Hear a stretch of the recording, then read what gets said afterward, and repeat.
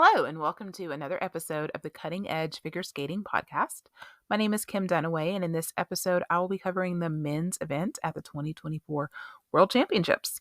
And this was an exciting way to end the entire competition.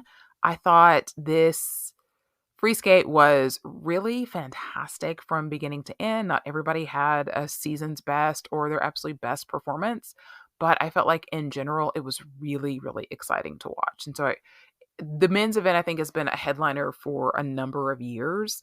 And this one really just lived up to the hype, I felt like. So let's get into the results here. So the winner here, Ilia Malinin of the US. So I picked him, and again, cautiously optimistic with that pick. I felt like Yuma was definitely going to put a really big fight.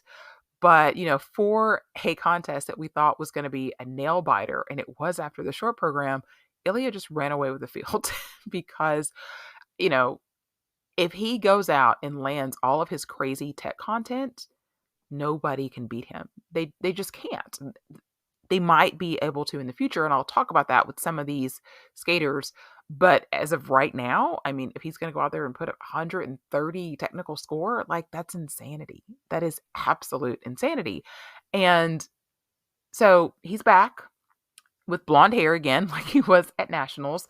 The short program, very strong. Quad toe, quad lutz triple toe, spread eagle in his triple axel. You could see him try to pump the crowd up. So it was interesting because after his skate, which was very well, but again, you would put him below Shoma and below Yuma. But Henready says that his PCS marks were originally in the nines, but they dropped down. So that originally when his scores started to come in, they were like at 109, and then they dropped down to just below 106. So I could tell he was a little disappointed with that score. He felt like it, probably should have been a little bit higher. But again, it was like a virtual dead heat between the three of them. And so he was the last draw in the free skate, and appropriately so. That, I mean, coming in, like, Yuma had one mistake, Shoma had multiple mistakes. And so you really felt like it was served up for him to win. But, I mean, he could not have performed any better in this program than what he did. It was just wild. For a second there, I was like, is he going to do all the quads? But then I remembered that he said in the press before nationals that the quad flip was like the hardest for him. And I also wonder if that wasn't part of the hip issue that he had issues with last season, was doing the quad flip in competitions, because when it started to bother him, that's the jump that he took out. He also doesn't need it. Hello. He did 6 quads in this free skate, which was the first time we've ever had 6 quads attempted, and they all had positive GOE. So I think it's happened before, obviously at Grand Prix final. He did also, but he fell on the quad axle after landing it in the short program. But here, goes out, lands a quad axle. Then he does a quad loop, a quad salchow, a quad lutz, 2 quad toes, and of course his favorite, like quad lutz, Euler, triple flip combo, the triple lutz with the triple axle. I mean, just insane tech content. And it's interesting because, this time last year, he was trying to do all this insane tech content. And then he kind of had this light bulb moment of like, okay, I need to like pare back on this and really work on my skating skills. And it's like somewhere around nationals, we came back to this insane tech content again. But the difference is he was able to land these things, this year, where he wasn't quite doing it last year, and the performance was suffering. And I think the way that they laid his program out in the free skate this season, which I know a lot of people love the short program. The short program is fine. But for me, the free skate has been the more impressive and impactful vehicle. And the way that they've laid it out, like doing the step sequence a little bit early, and then the choreo sequence, and then like the end, like after he's landed everything, and that end that he does, it's not even an element. Like, it's just extra choreography that's there. It's not the choreo sequence. It's not the step sequence. He's already done all those things. He's just like letting loose, and like he was like screaming, does his raspberry that he does. I mean, the crowd was just like, it was like a rock concert, right? It was like a repeat of Skate America 2022. It was just absolutely insane. And I gotta say, there's few people that I feel like can excite a crowd like Ilia can. Because yeah, if you go to Lithuania. They're going to go nuts for the Lithuanian dance team, right? You come here, like they're going to go nuts for their Canadian skaters. But I feel like you put Ilia anywhere in the world and people are going to go nuts when he skates like this. It's so exciting. And he had a world record in his free skate. So not a world record for overall, because Nathan has scored higher in the short program. That's his world record that he beat, which I believe was 224 before, and he got 227. I'm still not sure he should be getting 9s on his PCS, because I feel like the middle section with the step sequence, there's not a lot of energy in it. It can use some more speed. At one point during his camel spin, like his chain that he wears, I never understand why people wear necklaces when they skate, but like everybody does. Like Michelle Kwan used to do this too, but like it got stuck in his mouth at some point, but it was just like no big deal, and but it was crazy. And then like during the replays, as they're showing some of these jumps, like you're watching the audience shots and you're seeing like just open mouth gas from the audience. Like, what is this guy doing? Like, what planet is he from? It was amazing. I mean, this free skate and Deanna and Max's free skate were like, these are like the two skates that I'm going to like go back and watch for years and years. Like I go back and watch Sui and Han's 2019 free skate. Like it's just one of those big moments. It's like amazing performances, amazing skates that you're just like always going to remember.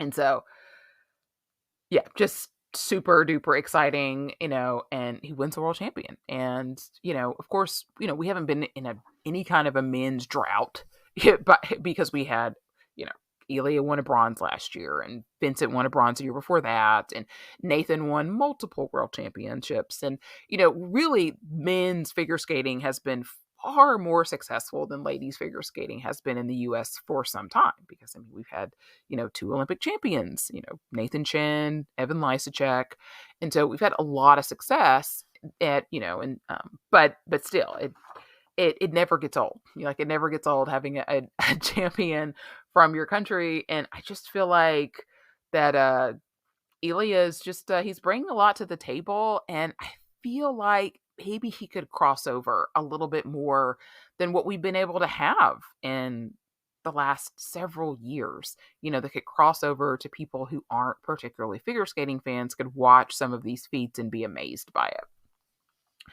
So yeah, just super exciting. All right. Second place here was Yuma Kagiyama of Japan. And I mean, he did basically everything that he could do to try to win. I mean, his short program, he just flying into that quad Sao, which the judges love. They have given him just incredible marks on that jump. That quad toe, triple toe was just money. I thought the 106 he got, frankly, was too low. I mean, I get you, but I was saying, I think on X, I was like 110, which I think was physically impossible. Like you would need like a 50 score, but I mean, could they have gone 108? I mean, I just thought like, what else would this man need to do? Like I thought it was really, really fantastic. In his free skate, just a killer opening, just amazing. I mean, I love this free skate. It's really one of my favorite programs of the year. And he just had this fluke fall on his second triple axel. Like he had it, and then he just like slipped on the edge and fell. And I was like, no. And then he just got right back into it and landed like I don't know if it was a triple flip, triple toe, or triple Lutz, triple toe, that he landed just like right after that, like it was nothing. And so I was bummed for the mistake, but even so, it got like an incredible score here. So, very close to his all-time high total. I think his best total was 310. He got just under that here. So, and he said after the fact to the press that he, if Ilia skates like this, like he can't beat him.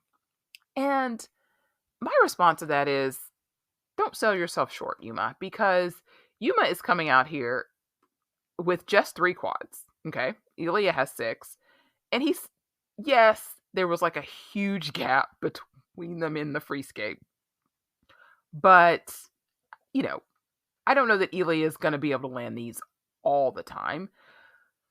But if Yuma can do 3 quads, can he not do 5? Because he could repeat 2 of those quads if he wanted to.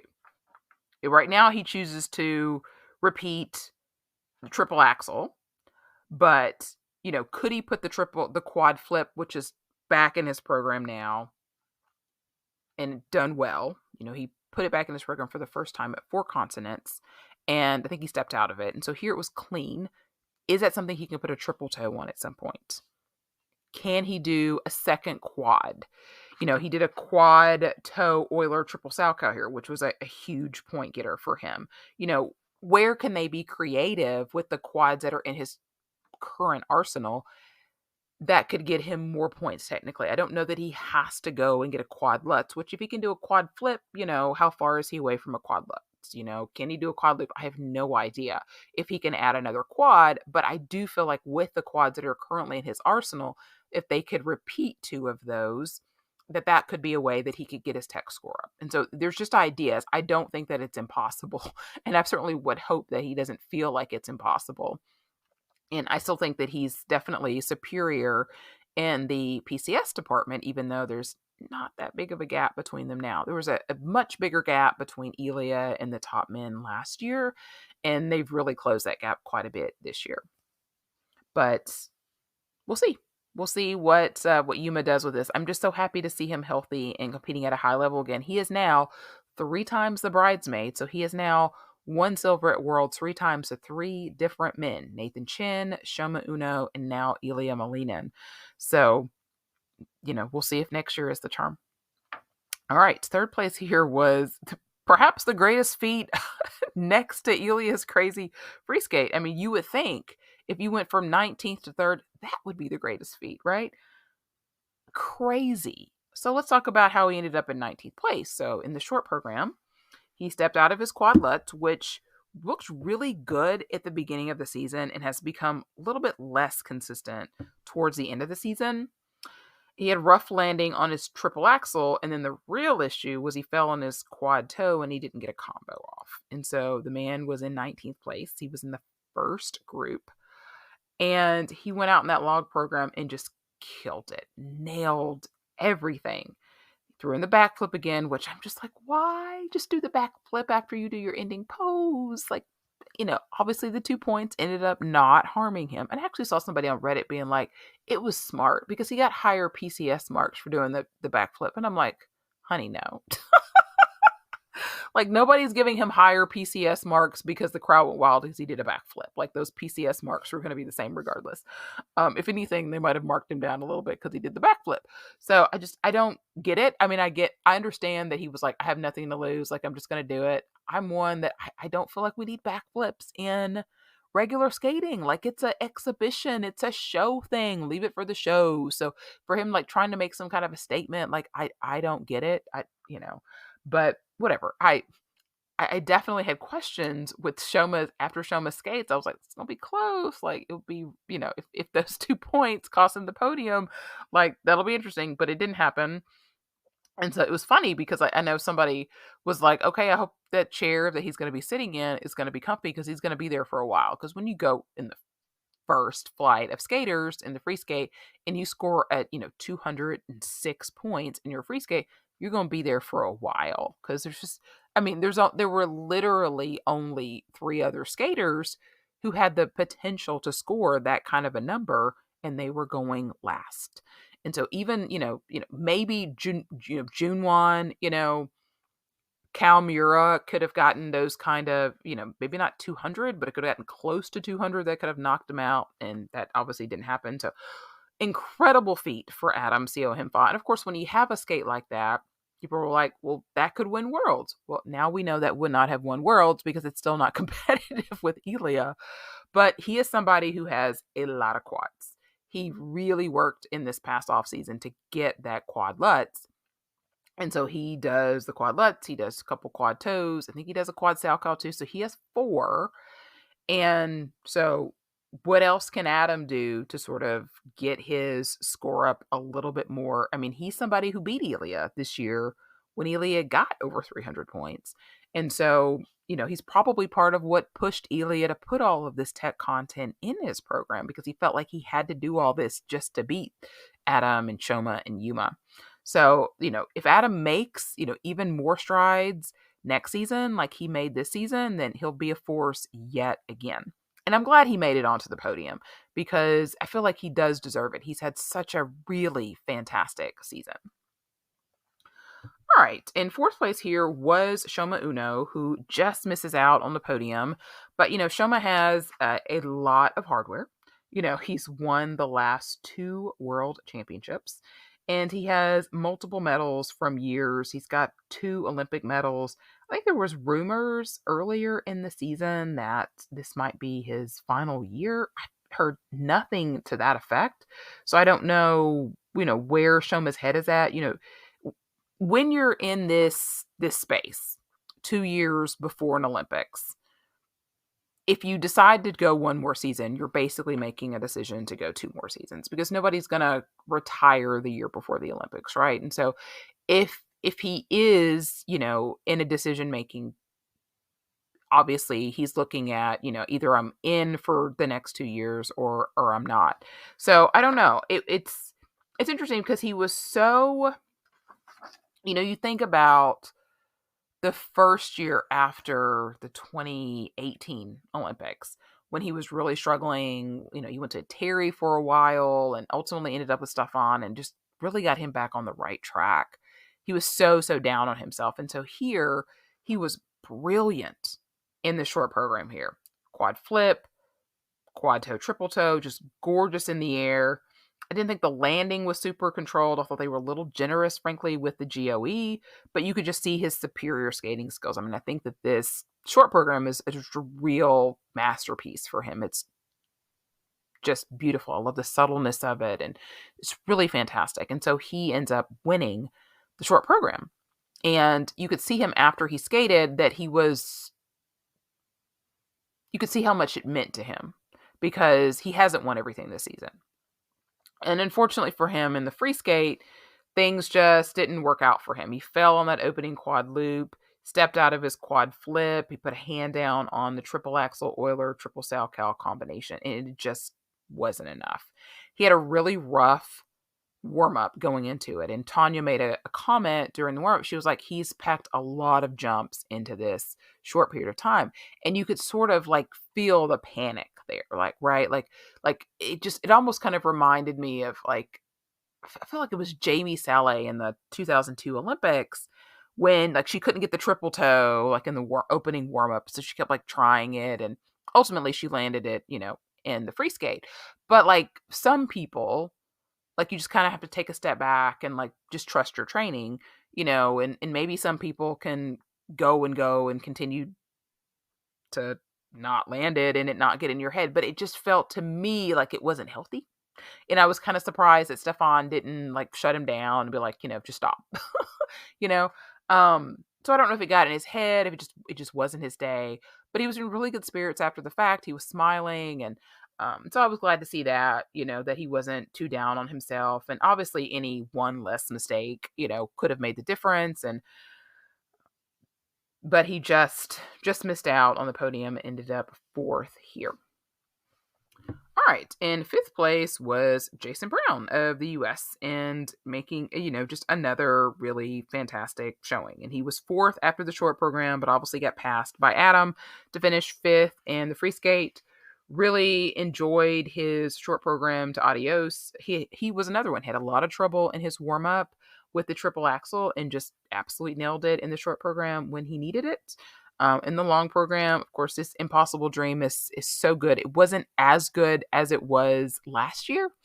And so he didn't score as well as he scored last year. I still had chills at the end of it. I mean, everything was perfect except for the single axel at the very end, but just really strong. And I mean, I commented on somebody's post and it was like, thank goodness for Jason Brown, because without Jason Brown, there is no way in the world U.S. men would have qualified 2-3 spots the last 2 years. There's no way.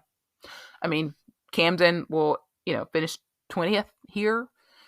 Andrew Torgashev, I think, was 22nd or so last season. I mean, obviously somebody else would have been there instead of Jason last year, but there's no way. So U.S. figure skating should just continue to make sure that he shows up at nationals and continues to get their spots until, like Jason said at nationals, somebody goes and takes it from him. And I don't know who that would be, but thank goodness he's still around and skating. And what a high level he's skating at. I think he's 29 now. Just incredible. So, All right. In sixth place here was Lukas Britschgi, and I was very, very happy to see him really come back from Europeans. I mean, he had that awesome short program at Europeans where he was second, and then he skated last in the free skate, and things just came apart for him and was ended up off the podium. So I was really, really glad to see him do well here. He had a personal best in his short program, just super strong presentation, just all the way through. And in his free skate, just the only thing was he just didn't have enough speed to do, I think, a triple sow. Was that on a Euler combo? Maybe. But everything else was great. I mean, I know some people don't love the African style that he picked for his free skate, but I feel like that it's very authentic. It's not a caricature by any stretch of the imagination. And I just really adore both of his programs this season. I just really like Lukas. He's such a fun guy. His personality comes on the ice, and he says he might work on some extra quads in the off season. So we shall see where he goes from here. But I was really glad to see him rebound. In seventh place was Deniss Vasiljevs. And I have been begging all season to take that stupid quad sow cow out of the short program. And they finally do it here, and he was able to go clean, and the program was so much more effective. It just made me mad that they didn't do it earlier. And so I'm so glad for that. And then he decided to debut a new long program. So he's been doing this jazz number all season. And so he decided to do a free skate to the Lion King, which he previously used as an exhibition. Very muted costume. A lot of people were like, why does he have elbow patches on? And he did just a double sow cow to start, which was supposed to be the quad sow. But oh my gosh, I loved this program. It was like, this is the program I didn't know that I needed. I was moved. Now, those people that know me know that the original Lion King is like one of my favorite movies of all time. And it's also one of my favorite soundtracks of all time. And so when the King of Pride Rock like kicked in, like I was done. Like I was just like... It was like googly eyed, and I was just so happy. And, he did like the triple axel, like right on the music in that second half. He did a triple Lutz Euler, triple sow cow late. I mean, he had one wonky landing with the wide leg, and I just didn't care. I mean, it was just like, this is what I want from Deniss. Like, this is what I've been saying on the podcast for 2 years. Like, just be Jason Brown. Just be Jason Brown. And then 5 years from now, people will be like, I want to be like Deniss Vasiljevs, because he is such a fantastic skater when he's not trying to land ridiculous tech content that he just doesn't do. I mean, I think somebody posted a clip of him doing a quad sow at Latvia Nationals, and that thing was not around, not even close. He landed it, but it would have got a full downgrade. Like, this program, both of his programs were so much better without the quad sow. So much more enjoyable. Here he was in the top 10. Like, this is what I'm talking about right here. And I'm going to go back and watch this Lion King free skate because I loved it. It was awesome. All right. In eighth place was Kao Miura of Japan.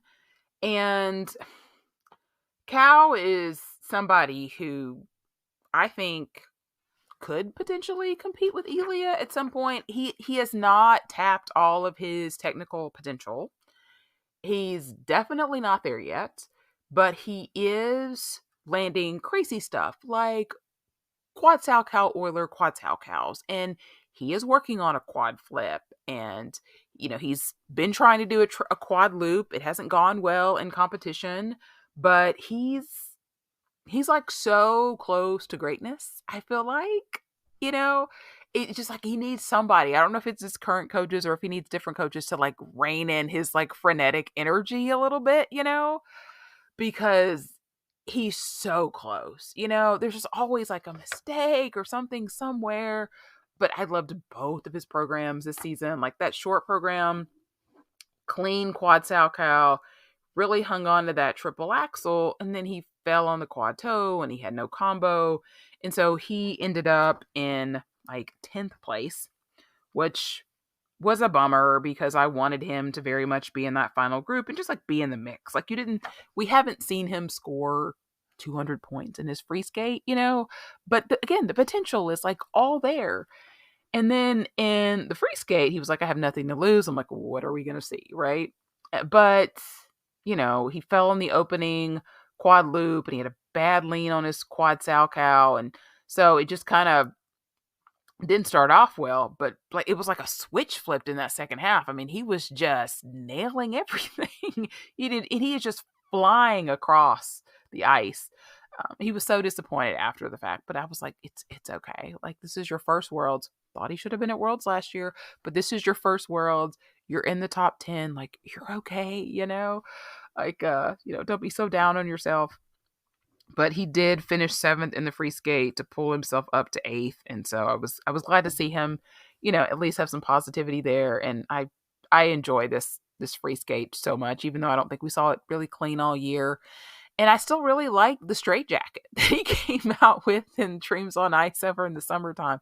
And obviously he went to the more muted, like, suspender things, that he's been sporting. But I still really like his original costume. All right. In ninth place was Nikolaj Memola of Italy. And he had, surprisingly, a very strong competition. Like, in his short program, I was like, where was this all season? He was totally clean. Quad lutz, triple axel, triple lutz, triple toe. I think for him, he's kind of like Mikhail Shadorov in a way that if the quad lutz isn't working, like, they're done. There's and so his trajectory in competitions is based entirely on what the quad lutz is doing. And for him in that short program, it was clicking on all cylinders and it just really worked. And he found himself in the final group, which, who had that on their bingo card, right? Super surprising, but very excited for him. And then in the free skate, he was forward on the quad lutz and just stepped out of the quad flip. But otherwise, it was a really great competition for him. He actually got some people on his feet with that weird, exogenesis, Samson Delilah matchup.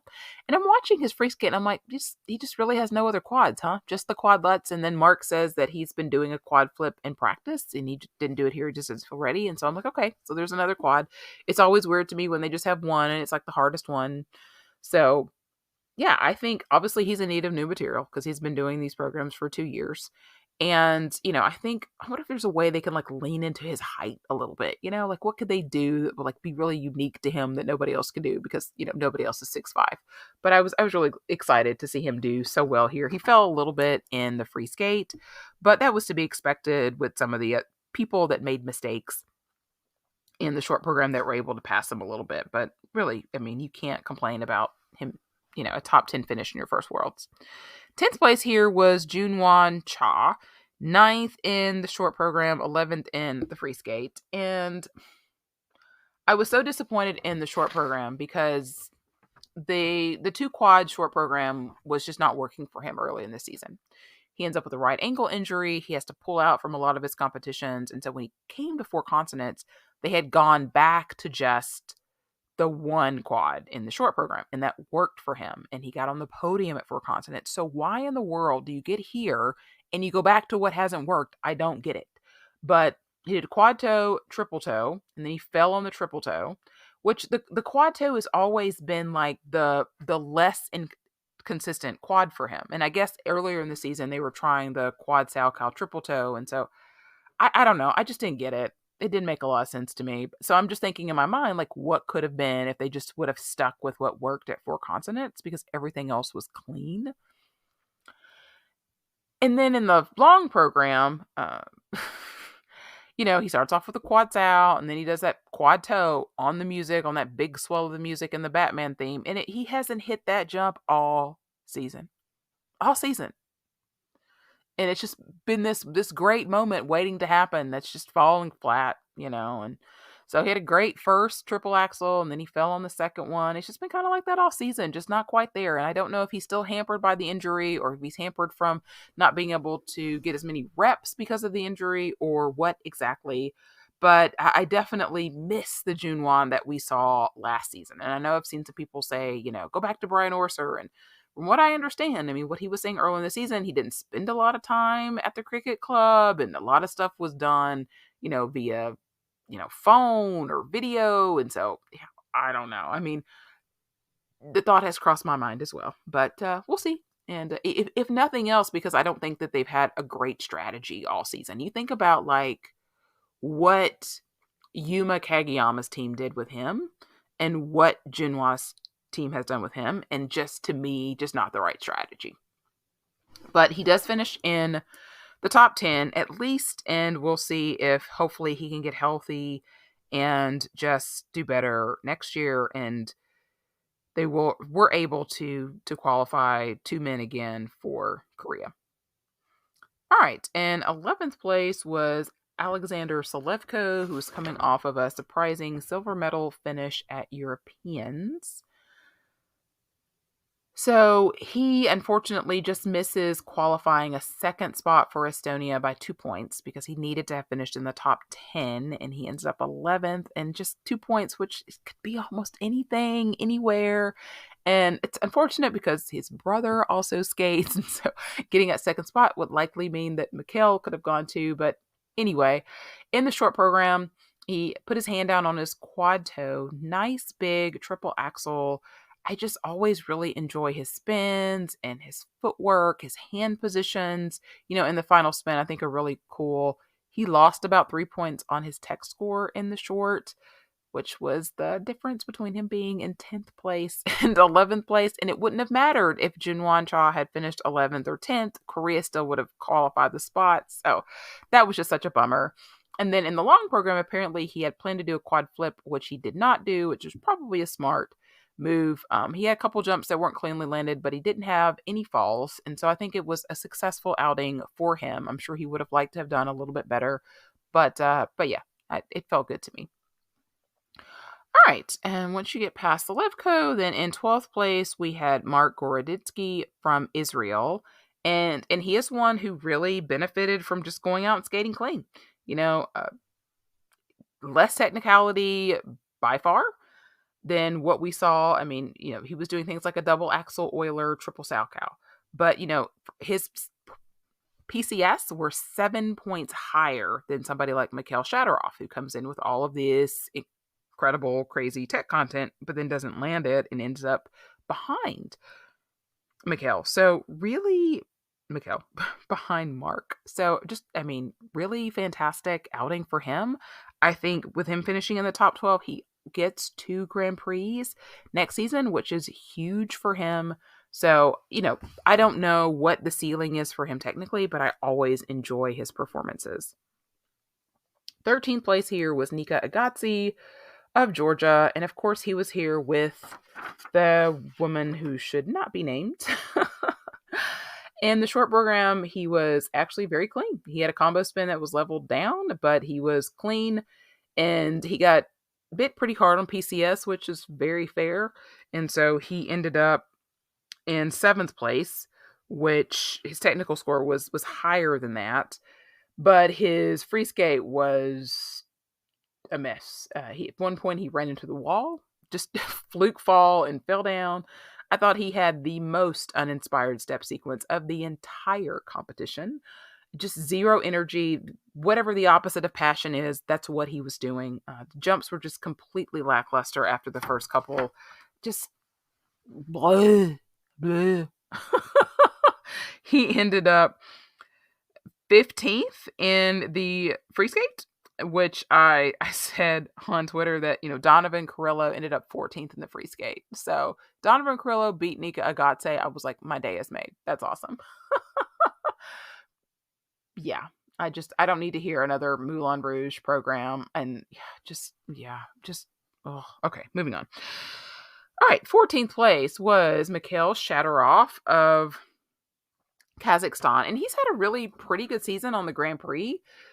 Just not his best here, unfortunately. In the short program, he did hang on to his quad lutz, and he had a decent a decent triple axel, but in his quad toe, triple toe, the triple toe just went awry and he stepped out at lots of negative GOE. I would like to see him tackle something like not so big and dramatic. Like I love the Matrix, but he's also been doing Carmina Burana for the last 2 years in the long program, and they're just very similar big pieces of music. And I would like to see what he could do with something more subtle. And of course, I would also like to see him have, more transitions and more in between the jumps, because there's just not a lot going on in either program. And especially with the short program, it's just not very effective when his jumps are not on. So, and then the free skate, he just kind of started with the fall on the quad lutz. He did land the quad flip and the quad toe, triple toe. He fell on his triple axel. Just again, just like no real engagement. He kind of reminds me of like the Hungarian team in pairs. Just, great technical, but just not a lot else going on. So, you know, just in bad need of new material. And we'll see if next year shows any kind of growth in that department or not, because that's going to make the difference between him really being a contender and just kind of hanging in by the shadows. All right. In 15th place was Donovan Carrillo, who I felt like was just one of the big bright spots of the men's event. He has been struggling for some time on his quad, on his triple axel, and he got, a new coaching team over the summer. And while I don't know that we saw the fruits of that earlier in the season, we definitely saw the fruits of it here, because he just had a really, really fantastic showing.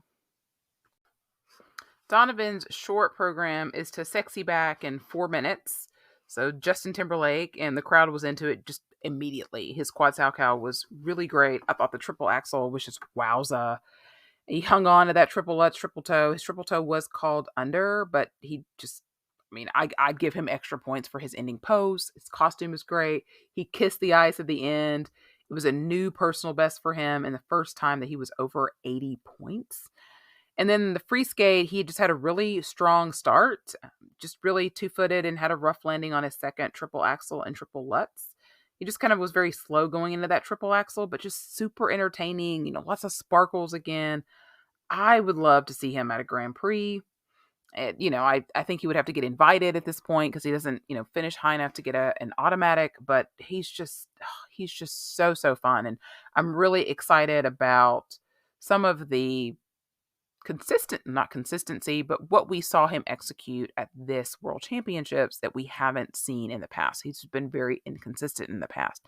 So if he could turn in performances like this pretty regularly, then I think he could find himself moving up in the standings, and it wouldn't be such a struggle just to qualify, just to get his tech minimums to get to Worlds. It wouldn't be such a struggle to qualify for the free skate once he is at Worlds. So it was really exciting to see him do well here. Finishing 15th is just a phenomenal finish for him.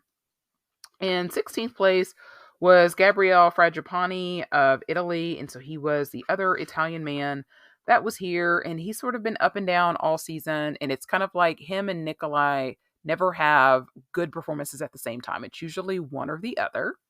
And Mark Hanratty said at some point that he works as a police officer, like that's like required by the government for him to have. I don't know if they get funding from the Italian government in exchange for working as a public servant.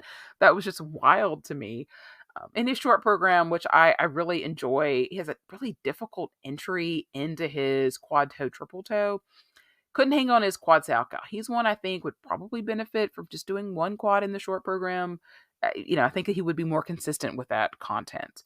But even so, nice triple axel. Had a little bit of difficulty on his camel spin. He was able to hang on to it, but he ended up with some negative GOE.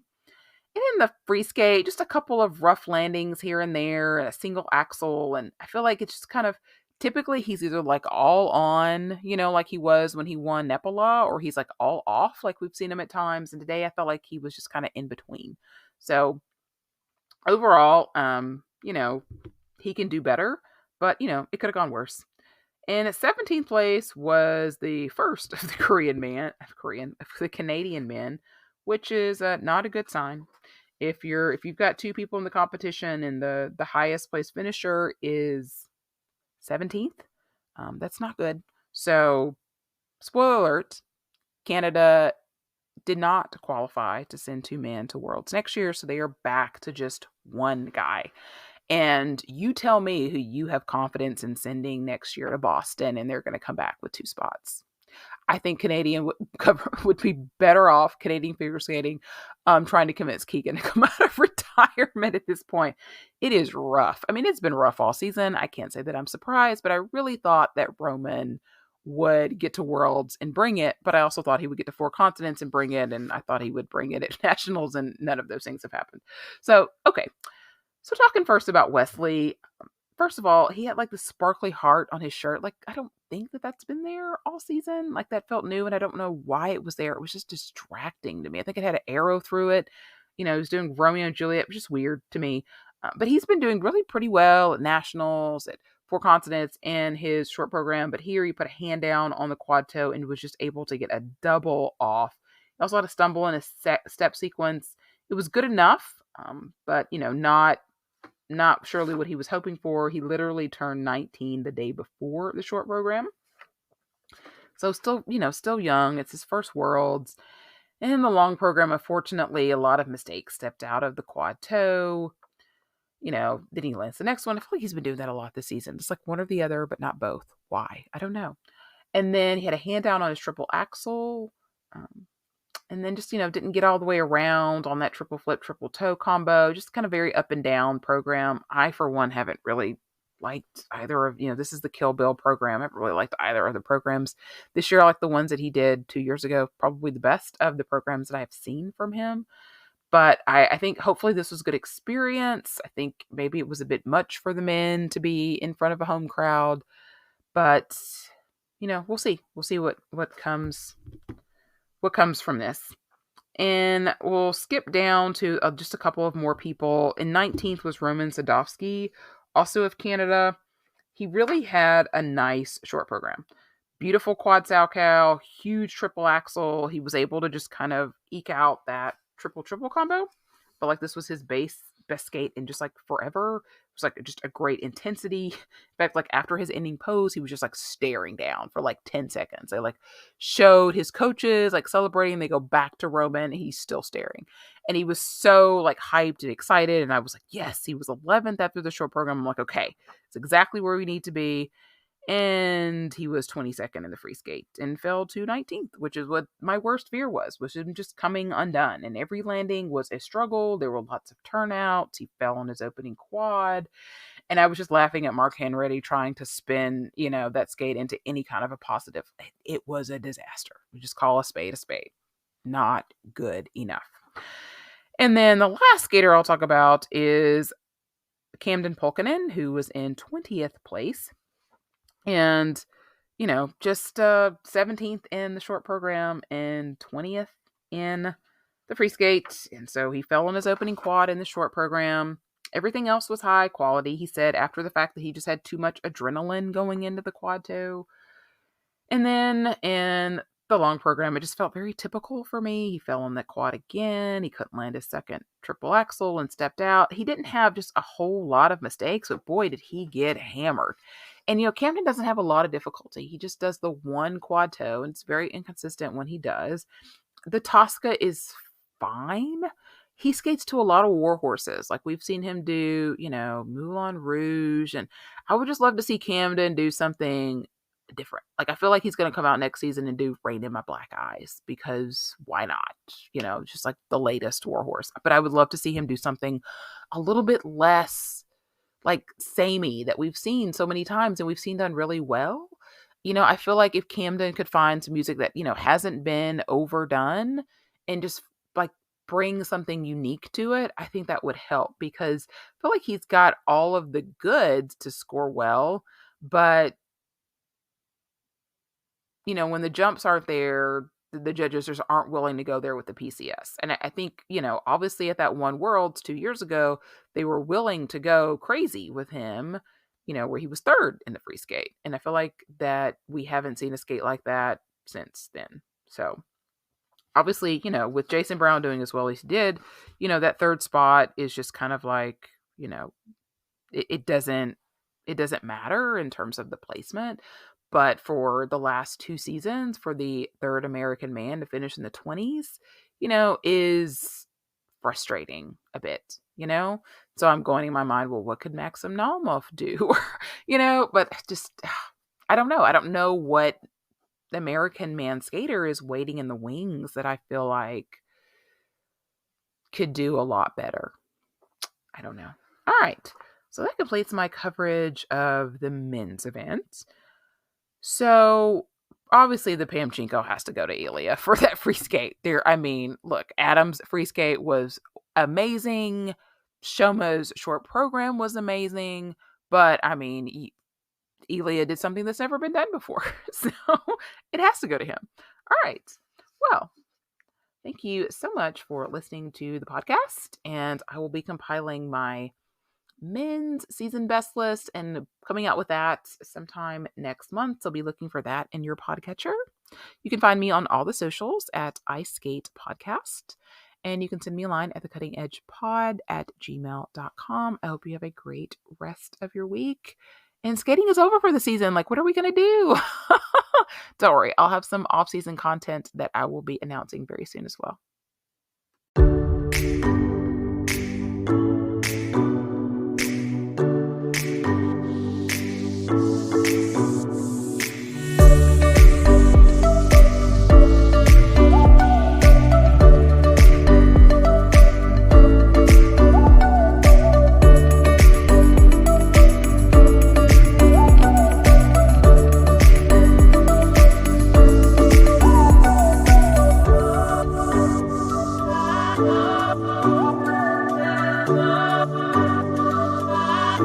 Oh,